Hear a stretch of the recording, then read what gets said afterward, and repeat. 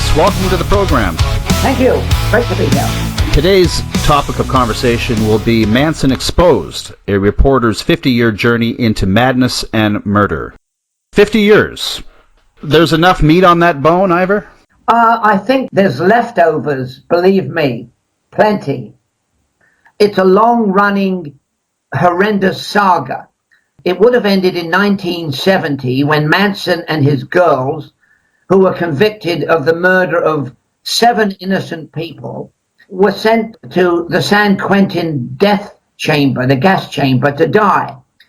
And to be honest with you, my opinion is that, well, what happened was in 1971, California abolished the death penalty.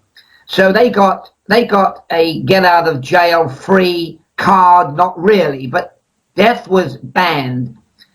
And if Manson and his gang had been executed in San Quentin, as many people were, you and I'm sure, would not be having this conversation.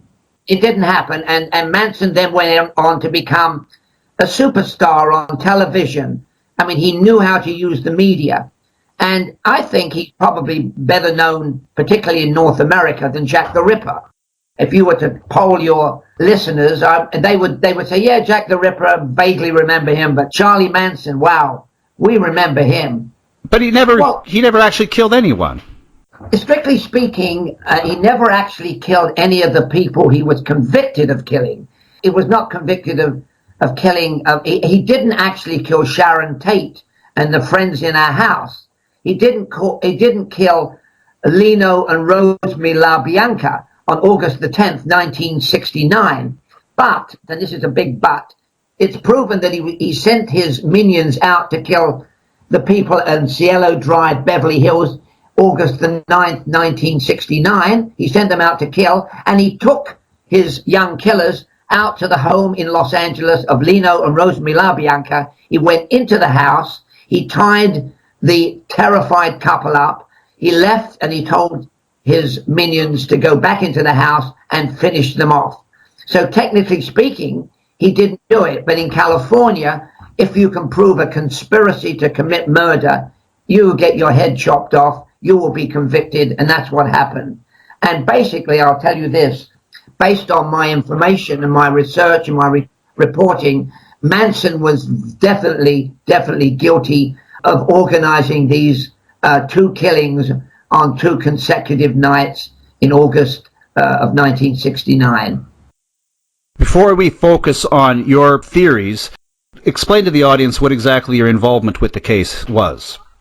I was a reporter in 1969 for the London Daily Express, a big 4 million readers a day newspaper. And that was within the days, some of your listeners may remember, when people actually read newspapers. And so my office was on the West Coast. I happened to be at the right place at the right time. My office said there's been a report of a mass murder in Beverly Hills. Go there and find out what's going on.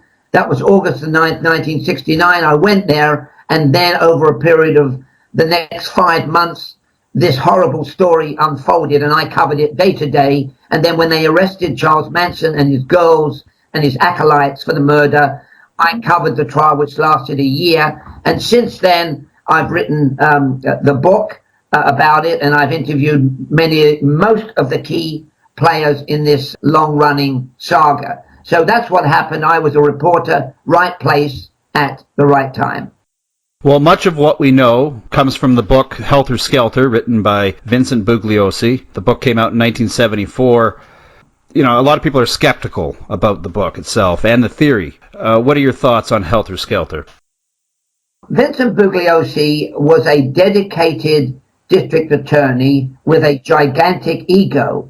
And you put those together, and if you read the book, it kind of shows that Vincent, who wrote the book with a guy called Kurt Gentry, actually solved the case single-handedly. Well, to be honest with you, he didn't. But the book was a bestseller. Vincent became a star. In a nutshell, if I may, Vincent Bugliosi decided that the motive for the murders and the way to implicate Manson in it, even though he didn't kill any of the 6 victims, was to prove that Manson was the mastermind behind these murders. So he came up with a theory, which even today, when I tell it to you, seems absolutely woo-woo land. I mean, it doesn't make any sense. And here's what he said. He told the jury that Manson brainwashed his acolytes who lived with him at the Spahn movie ranch on the edge of Hollywood. He said to them, listen to the White Album lyrics from songs like the Beatles songs like Helter, Skelter and Revolution. And you will see that the Beatles are sending me, Charles Manson, secret messages that America is about to be involved in a savage race war where the blacks and the whites will kill each other. There'll be rivers of blood, and the only people to survive will be Charlie Manson and his gang, because we have a underground city where we can escape to. Russell, just pointing that out is outrageous, ridiculous.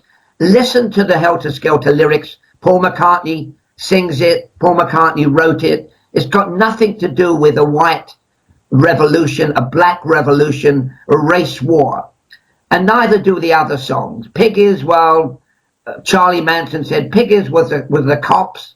So here you have a situation where Manson, by feeding his supporters all these drugs, LSD, mescaline, other mind-altering drugs, had them believe that the Beatles were sending messages with their lyrics.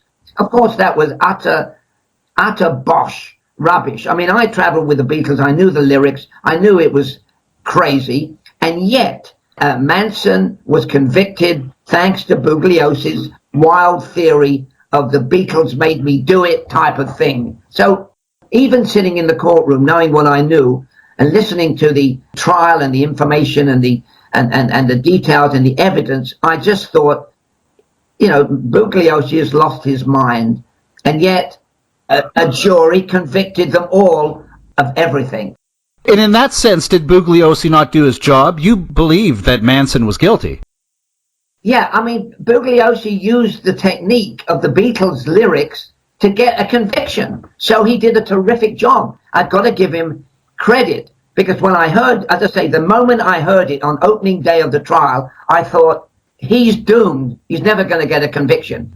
And yet, for one other reason, and here's the situation, Russell. Nearly 1 year in court every day, Manson turned the courtroom into a circus.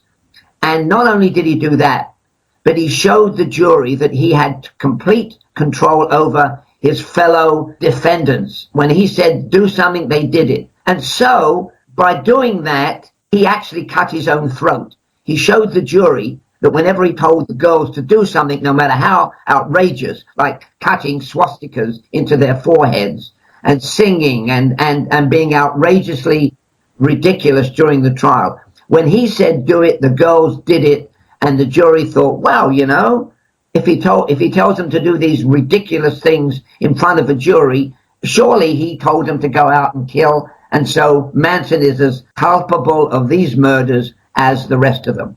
So you're in the audience, you're in the courtrooms, you can see Manson, you spoke with Manson? Yeah, so, well, you actually say, hi, Charlie. I mean, it was ridiculous. Charlie was not Manson. It was, and the way he was dressed, he was dressed not in a business suit. He was dressed in buckskin. He was dressed, the girls looked as though they were going to a country dance in their flowing outfits. And I could see that Manson liked when somebody came in, if there was a pretty young woman that happened to get into the courtroom, I could see Manson trying to give her the evil eyes, outstaring members of the audience, members of the in the courtroom. And you could see Manson was having games, playing games. Manson never said a word in his own defense, would you believe, during the whole year-long trial. So it was a circus act.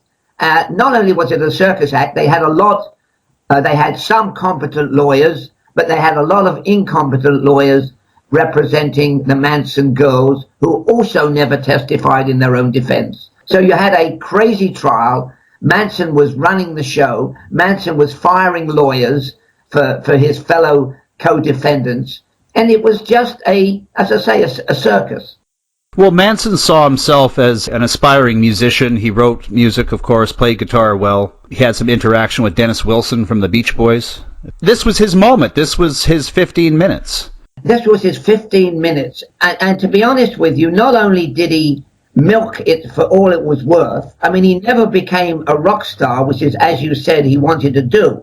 And that's why he hooked up with Dennis Wilson, the drummer of the Beach Boys, to get Dennis to use his influence to get Charlie a recording contract. It never happened. But Charlie then became, because he wasn't put to death, he became a star. He became a media star. I mean, look at, over a period of 10 to 15 years, look at all the interviews he did with Diane Sawyer, with Tom Snyder. And if you watch those shows, and if anybody watches those shows, it's a great piece of entertainment. Charlie Manson comes across as the monster, as the bogeyman, and you can watch him in the safety of your living room. So he's not going to come and knock at your door, but you can see him entertain.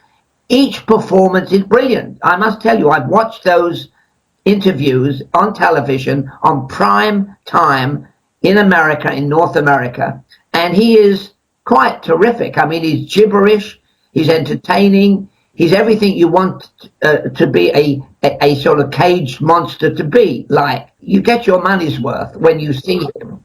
Is that a different persona that you saw on the Diane Sawyer interviews and that you saw in the courtroom? Yes, yeah, it was a different persona, and yet there were flashes of what he did in the courtroom, he did in the interviews, with the Sawyer interviews, with the Snyder interviews, with the Ron Reagan interviews.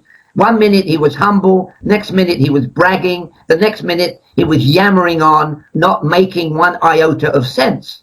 So he really mixed it up. And those shows are entertaining even today. And as a result, a lot of people said he didn't kill anybody. A lot of people thought he was purely for the environment. Who isn't for the environment? We all want good, clean air.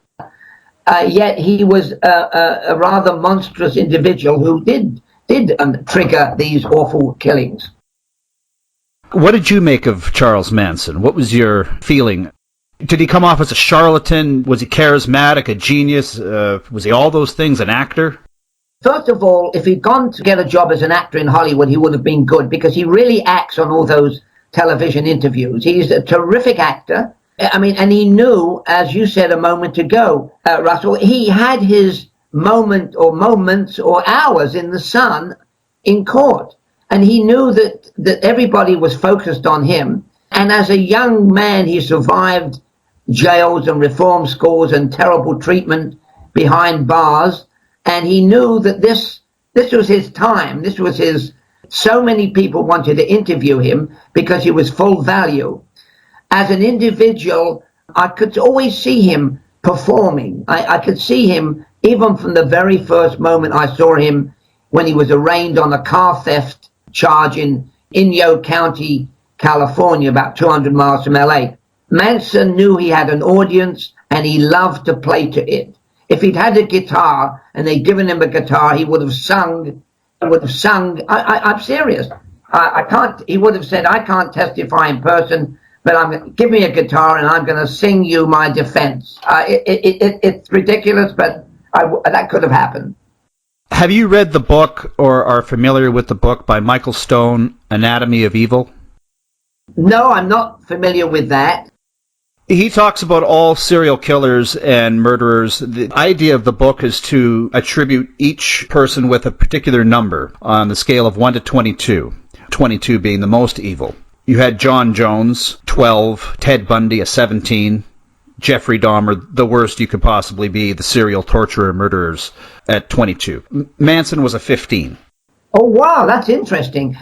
Can you tell me, I mean, to be honest with you, I've read a lot of books on Manson. Yep. There was a great TV series called Mind Hunters, which is quite a good... I saw that. It's Mind Hunter, yeah.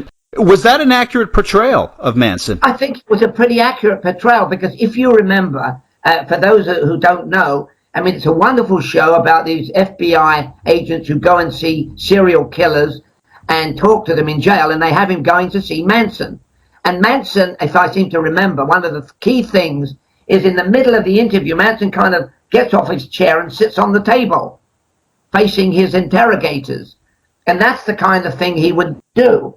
So I'm jumping back to, I'm going to now, when we finished our conversation, Russell, go out and get that Anatomy of Evil. because I wonder why they gave Charlie only a 15. Because he never directly killed anyone. Yes. You know, I mean, Yeah. Ted Bundy, you could say, is a worse guy at a 17, raping and killing women. Jeffrey Dahmer, you know, torturing. But the interesting thing about Manson, I mean, this is one of the ridiculous idiosyncrasies of Manson. Manson decided not to get personally involved in the killings because here's what his thinking was. And he said this many times. He said, if I get involved in any killings that are attributed to me, they're gonna take my parole back, and I'm gonna have to go to prison. So he was worried about parole being taken away. I mean, it's crazy, isn't it? But yet, on a lot of these interviews, he seems to embrace prison as though that's his true home. He does, and many of the interviews that he's done, he says, where else would I be? I spent my whole life in prison. Prison is the only place I know. And when he was in prison, and before he died a couple of years ago, he very cleverly manipulated the system of California prisons to go to the jails that he felt most comfortable at. I mean, he loved Courtroom because he got isolation. He got to know the wardens. You know, he was always a star wherever he went. And whoever it was, whether it was kids visiting the jail or top California prison authorities, they all wanted to meet Charlie, ridiculous as it may seem. So he was a star behind bars, and he kind of liked that. And as he said, and as you said, he loved to say, well, you know, prison is my home. I'll tell you an interesting story. I always found this was interesting, that I think it was Folsom Prison that Mr. Manson found his next door neighbor in Folsom was a guy called Timothy Leary. And I don't know if you remember, but Timothy Leary was the great provider, the great backer of LSD.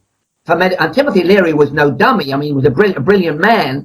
But there was Manson and Leary, cell by cell, next door each other at Folsom Prison. Of course, Manson fed his acolytes, his young women and young men, a lot of LSD.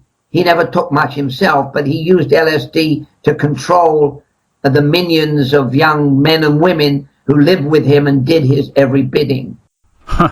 Did you maintain communications with Charles Manson when he was in Corcoran? Well, no, I didn't. I tell you, the only thing that happened after the trial, I had a book. I wrote one of the very earliest books called 5 to Die. And Manson wasn't happy with it. And then a member of my family, a relative, a young woman, wrote to Manson and said, hey, I am the relative of Ivor Davis, the writer. And Manson sent her back a rambling letter, sort of saying, well, Charlie is innocent, and the book that was written is a total fabrication, and so on and so on. So I never had any personal contact with Manson. However, during the course of writing the book, I interviewed several of his prison guards who liked Charlie in prison because Charlie knew how to get on. They sort of, in a strange, bizarre way, befriended Manson in jail. It wasn't too bad, but they knew he was dangerous. So the answer to your question is no, I didn't have any personal contact with Manson, but I know many people in jail who did. So if Helter Skelter wasn't the motive, to bring it back to that, what was? Well, here's my theory, which I believed from day one. There was a guy called Robert Beausoleil, who was a musician. He was an acolyte of Charlie Manson. And Bobby Beausoleil killed Gary Hinman. Now, Gary Hinman was murdered in July 1969, 2 weeks before the Sharon Tate murders. And Beausoleil was an acolyte of Manson who'd gone to the Gary Hinman house in Topanga Canyon. Gary Hinman was a musician, a sweet, gentle guy, a Buddhist, would you believe? When he didn't have any clients to teach music to, he cooked up a bit of mescaline and sold it to whoever wanted it. So Charlie Manson sent Bobby Beausoleil to his house in Topanga Canyon in late July 69 and said, get all his money. Mr. Hinman said he didn't have any money. Charlie came over, cut his ear off. One of the girls sewed Hinman's ear back on again. Charlie left and told Beausoleil, you know what to do. And Beausoleil killed him. Beausoleil then took the murder victim's car, stupidly was arrested by the highway patrol and was in jail facing the death penalty. Charlie felt, believe it or not, some loyalty to Bobby Beausoleil, because Beausoleil never implicated Charlie Manson in the Gary Hinman murder. So Charlie, in his cooked up brain, said, you know what I'm going to do? I'm going to set up some look-alike murders so that when the cops see the murders, they're going to say, hey, Bobby Beausoleil couldn't have done these murders because they're copycat killings to the Hinman murder. So Bobby Beausoleil must be innocent. We're going to set him free. I mean, that sounds like bizarre reasoning, but I believe that Manson sent them to the Sharon Tate house, to the La Bianca house, to cover up for Bobby Beausoleil. Of course, it didn't work, but can you imagine just setting up mass murder to cover for a friend? But I believe he did it. Manson ordered them to leave the wallet at the crime scene. Manson was capable of wanting to mislead authorities. Yes, because you see, here's what happened. They took Rosemary LaBianca's wallet, second night of murders, and he's told Linda Kasabian, who was one of the young followers of Charlie, he said, we're going to drive to a black neighborhood and you're going to dump the wallet in a restroom in a gas station in a black neighborhood. And she did it. She put it in a restroom in Sylmar, except Charlie made a big mistake. Sylmar was not a black neighborhood. So that was a blunder. So Charlie wanted to give the impression with all the signs in blood that the killers at the Sharon Tate house and the La Bianca house had painted Helter Skelter, piggies, on the wall in the blood of the victim. Charlie thought the cops would come in and they would say, this is a race-driven murder. And somehow he thought this would trigger a race war and he would blame the Black Panthers for those murders. Of course, they didn't blame the Black Panthers. It was a clumsy way to try and put the cops off the scent of Manson. Anyway, and the other interesting thing was that at the same time period, Charlie Manson shot Bernard Lotzapopper Crow, who was a drug dealer, over a bad drug deal. He killed him. He thought he killed him, but Crow survived. Well, Crow had threatened to kill everyone at the ranch. Yeah, because Crow, here's what happened. You're absolutely right. Crow was stung in a drug deal that Charles Tex Watson, who was the leader of the gang that went to the Sharon Tate house and went to the La Bianca house, he ripped him off. And Lotzapopper Crow called up the ranch, Spahn Ranch, and said, if you don't give me my money back, I'm going to come over and kill you lot. Well, Charlie killed him, shot him in the stomach, but he didn't kill him. He thought he killed him. And Charlie then panicked. Charlie thought Crow was a member of the Black Panther militant group. He wasn't. And as soon as the shooting took place, Charlie panicked, set up the two cover murders, and told everybody he'd killed this Black Panther, and then decided to get away from the Spahn movie ranch and flee. And he did. Charlie's deranged murder plan didn't work. And yet in his own mind, he thought he was a genius setting these front killings up to cover for Bobby Beausoleil. I mean, it sounds a bit complex, but I hope that in a way you and I have sort of clarified the order of the events. And if I may say, July 27th, Gary Hinman is murdered.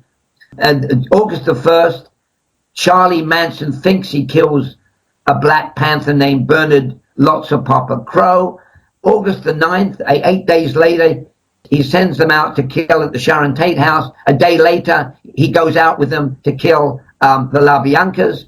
And then, fearing that the cops would come, he then manages to get into the desert where he is arrested 3 months later. You said from day one, this was your initial thought.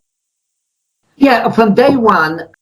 And the reason I thought it was that I spoke to a guy called Aaron Stovitz. And Aaron Stovitz was the chief trial lawyer, and Vincent Bugliosi was his second in command. And I was friendly with Aaron Stovitz, and Stovitz gave me that theory. He believed it.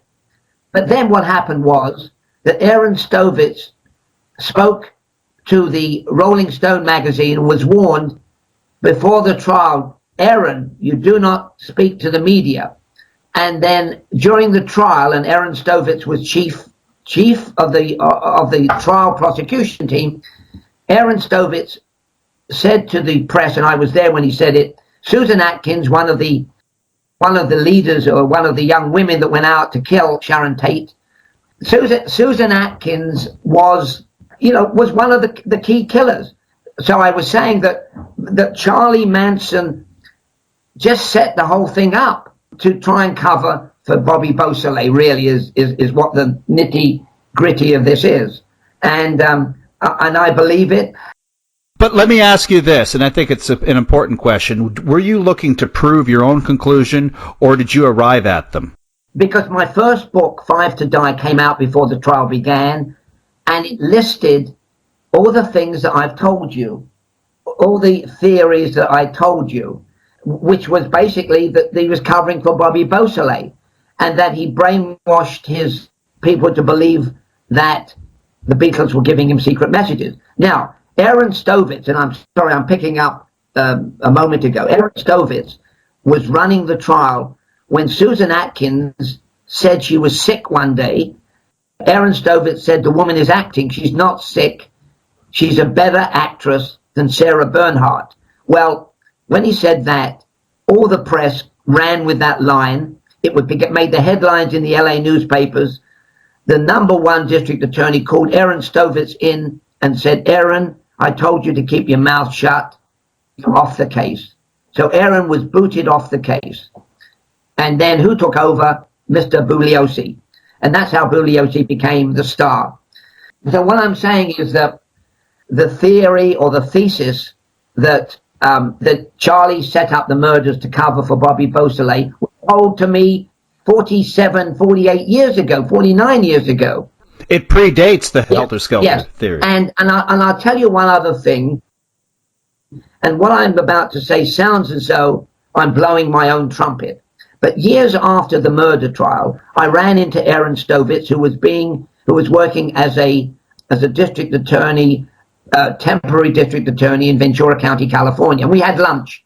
And he said, Ivor, he said, your book, the first book ever written on the Manson murders, Five to Die, was the blueprint that we used in the prosecution. Now, as I say, it sounds like I'm blowing my own trumpet, but he did say that. He did say that Vince picked up the book. He picked up the book. It had all the Beatles, Helter Skelter, baloney in it, because this is what I was told.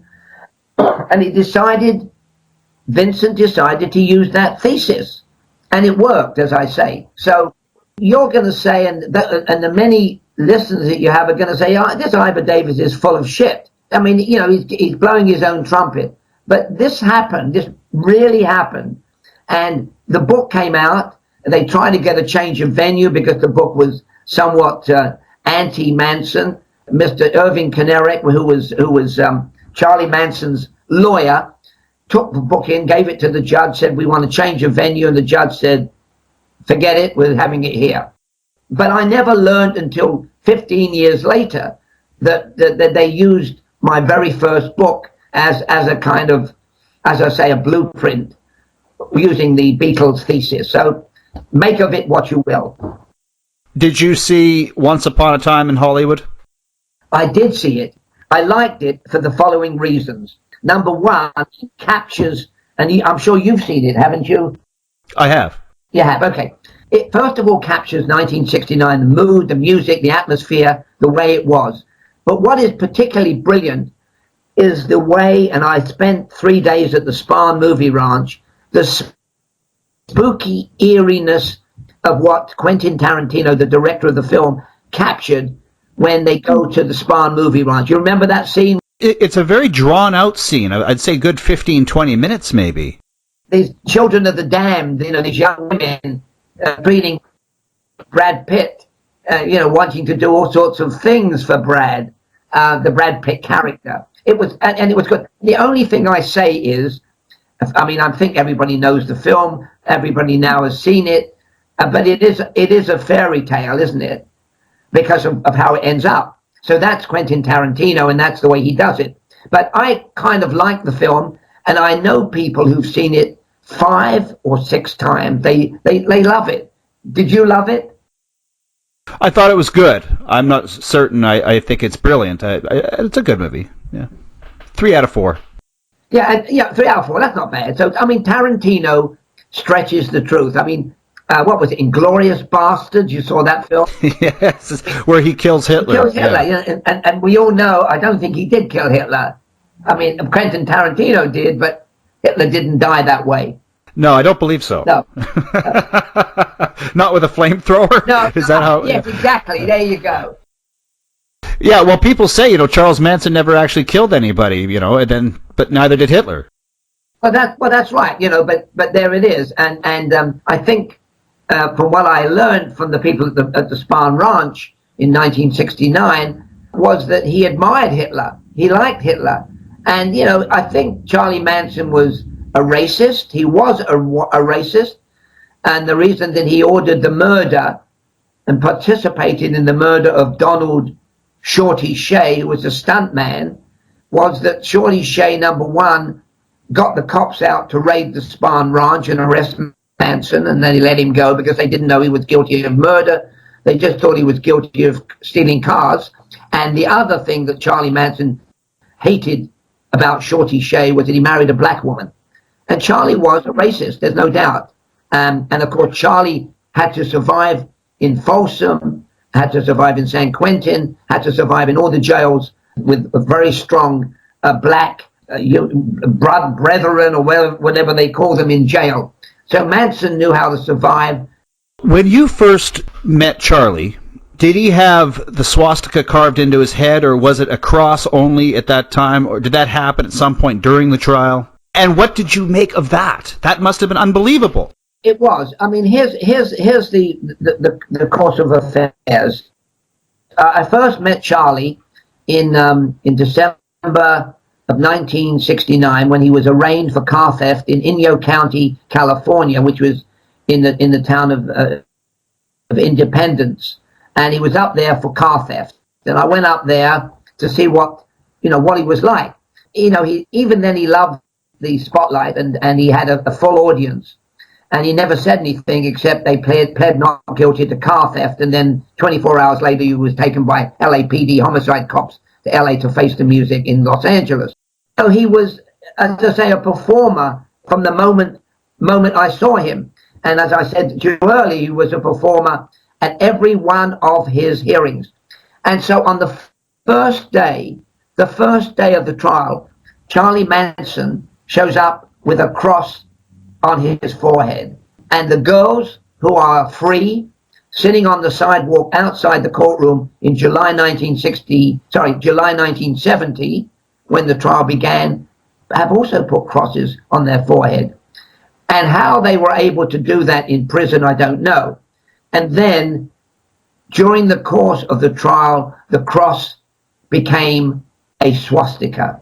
And I honestly believe that Charlie Manson used to replenish the cross and the swastika for his television interviews. Because even though you carve something, and I don't know, I've never carved anything on my forehead, I would imagine that the healing process means that after 6 months, whatever you carve on your forehead kind of heals naturally, unless you reinvent it. And Charlie reinvented it for his television appearances 10 years later. So Charlie decided it was his message. How the heck you get enough equipment or a branding iron to do that, I don't know, but somehow he was able to do it. And that was the history of the cross, which became the swastika, which became a sort of calling card for Manson. Do you think Manson was even interested in being acquitted, or just there for the spectacle of it all? I think he was there for the spectacle. I mean, if you're carving a swastika into your head, what sane judge is going to acquit you? It doesn't look good. It doesn't look. Yes, it doesn't look good. but yeah, I mean, a trial that lasts nearly a year, and you claim that you're innocent, and you do not decide to testify in your own defense. He did not. He told the girls that they were not to testify in their own defense. And I'll tell you this, during the trial, Manson testified for 1 hour, but, and this is the big but when he testified, when he rambled on for 1 hour, the jury were excused, and the judge listened to him for an hour when he rambled on about himself, his background, the unfairness of the trial, of judicial system in America, the Vietnam War. And then the judge said, okay, Mr. Manson, thank you for that. We'll bring the jury back. Would you like to repeat some of your comments to the jury? And Charlie said, no. He said, not only will I not repeat it to the jury, the girls will not testify. And so, I mean, look at it yourself. You claim that you're innocent. Why don't you get on the stand and testify? Why don't you say how you may have run the operation, but you were never there, you never killed anybody? Manson made a clear decision not to testify to the jury because I think he thought whatever he said, number one, the jury wouldn't believe him. Number two, the prosecution could rip his throat out with questions and really expose him for the fraud or for the character that he was. So he took a calculated gamble by not testifying.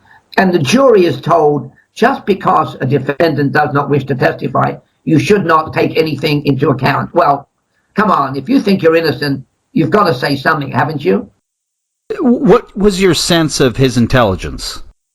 Well, he was actually brilliant at times. I mean, here is a man that when the jury was excused, we sit there listening to him talk for 1 hour solid without a single note. Now, it's true that what he said was all over the place. As I said, it was about how, he'd grown up in a poverty-stricken world, abandoned by his father. He barely knew his mother. It was a hard luck story about surviving in jail. Jail is my home. It's been my home for most of my life. All that kind of stuff about, you call yourself, you're looking for justice. What about the Vietnam War? Is that so he ran all over the place with a 1 hour unscripted conversation. How many people can get up and talk for an hour non-stop? It's very hard. So I've got to give him that. It was quite brilliant. It was quite crazy. It was insane. It was all over the place. It was gibberish, and yet some of it made sense. Do you think he was smart enough to know that had he not been thrown in prison, that he very well may have just been murdered on the street? He was, as you said, a racist. Yeah. Well, I think. I mean, maybe it was just for the fact of his own protection. Yeah, throw me in jail.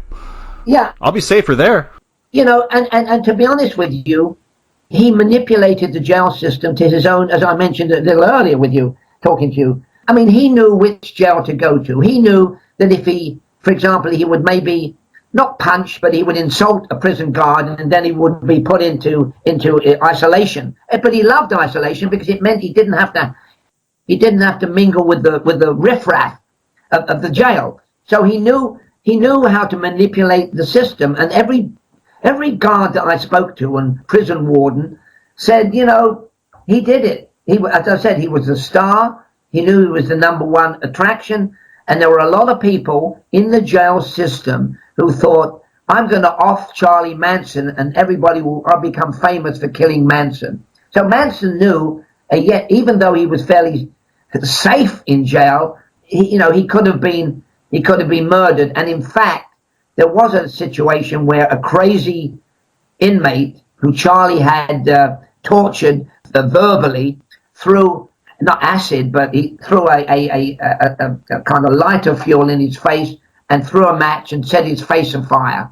So Charlie knew that the prison system could be dangerous, yet he was comfortable there because, it's a weird dichotomy. Prison was home, and yet prison where he was comfortable at, and yet when he was out of prison, he didn't want to break his probation because they'd send him back to prison. So it's a real mixed bag of maybe A, maybe B, maybe C. But Manson survived in jail to the age of, 82? He died, 3 years ago? So he could be king of the prison castle. Did you ever communicate with Vincent Bugliosi directly? No, but here's what happened. Vincent Bugliosi, after the Manson case, was a star. He wrote some other books, and I saw Vincent a couple of times. I'm a member of the Television Critics of America, and one year we had Helter, Skelter as a miniseries on NBC television. And I'd gone to the film set because I was interested, and I heard that George DiCenzo, the actor, played Vincent Bugliosi. And so I kept in touch with Vincent that way. I interviewed him when the TV series came out. I also interviewed Vincent when he ran for district attorney and lost to John Vanderkamp in Los Angeles. And I wrote a profile of Vincent about, and to be honest with you, it was leaning towards his opponent, John Vanderkamp, and it wasn't a very flattering piece about Vincent. About a year or two later, I met Vincent again at a Television Critics event where he'd come to talk. And he said to me, "Do you still hate me?" And I said, "Vincent, I don't hate you." What stung him was my article in Los Angeles magazine profiling him and John Vanderkamp, in which I showed a lot of the negativity of Vincent, and Vincent took it as a personal attack on him. And I said, "Vince, I don't hate you. Honestly," I said, "I just wrote a piece that I felt."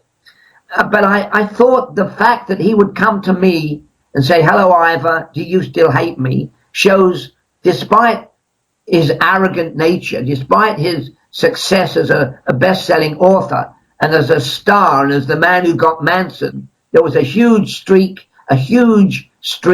of insecurity in Vincent Bugliosi. But he was a good lawyer, and I must say he did an incredible job and devoted his life. I mean, I think his marriage suffered, but he was the man that got Manson, and he loved that. And as many of your listeners know, he went on to write several other books, including one about Bobby Kennedy might have been murdered by somebody else other than Sirhan. And he became a star in his own right. And Vincent Bugliosi, for those of you who know, died about 5 years ago. So he was a character, and he was a personality. He was a strong guy, and he was a guy during the trial who hated the press because he felt the press were against him. But they weren't really. They just, they were friendly with the defense because the defense spoke to the press. Vincent Bugliosi did not speak to the media unless he had something specific to say. Bugliosi died in 2015. Yeah. Manson died, 2016? When was this book of yours published? Manson Exposed, a reporter's 50-year journey into madness and murder, came out literally 6 months ago in 2019. Why did you release this book now? Because I released this book now because, number one, it'd been simmering in my journalistic system for 50 years. And don't forget, last year was the 50th anniversary of the murders. So when you're an author, you try and books to coincide with anniversaries. I mean, my book, The Beatles and Me on Tour, about my travels with the Beatles, came out on the 50th anniversary of the Beatles' visit to America, the first visit to America, which was in 1964. So as a journalist and a writer of non-fiction books, you try and bring a book out to coincide with an anniversary, which enables you to get publicity because, you can write a book and it can be terrific, it can be terrible, and you have to get out there and tell people about it. And the same with a movie, a play, a book. You have to bang the drum, not softly, loudly. We've covered a lot of ground, and I hope I haven't confused your listeners with too much information, but I appreciate the opportunity to talk because they're both absolutely fascinating cases. I mean, the Manson murders, unbelievable, happened to tie in with my experience with the Beatles, which were firsthand, first-hand experiences with Manson. And so why is my book different from all other books? Because it has a lot of personal stuff in it. And the Beatles didn't make them do it. Exactly. And I must tell you this, finally, when I spoke to John Lennon about it and Paul McCartney, they said they were gobsmacked is the word. And John Lennon said to me, and I knew John, of course, and John said, first of all, he didn't want to talk about it. He swore a few times. He said, people look at our lyrics and they interpret the most insane things about the lyrics. He said, but we didn't write the lyrics of the White Album to ignite a race war. That is absolute, and he used a rather strong Liverpudlian swear word. Ivor Davis, thank you so much for today's conversation. Brilliant stuff. To the audience, check out his website, ivordavisbooks.com. Ivor, are you on any social media? Can the audience interact with you in any way, ask you questions perhaps directly? Well, they can. The best way is to go to www.ivordavisbooks.com, and I do reply. And I do get a lot of questions on Ivor Davis author Facebook. So I'd be very happy to answer questions on that, and also on my book website, and always willing to answer questions and try and reveal things that people don't know. So go for it. Pick up the book, Manson Exposed, a reporter's 50-year journey into madness and murder. I'm sure available where all fine books are sold. Thank you again, Ivor Davis, for your appearance today. It's been a pleasure, Russell. Thank you for your time.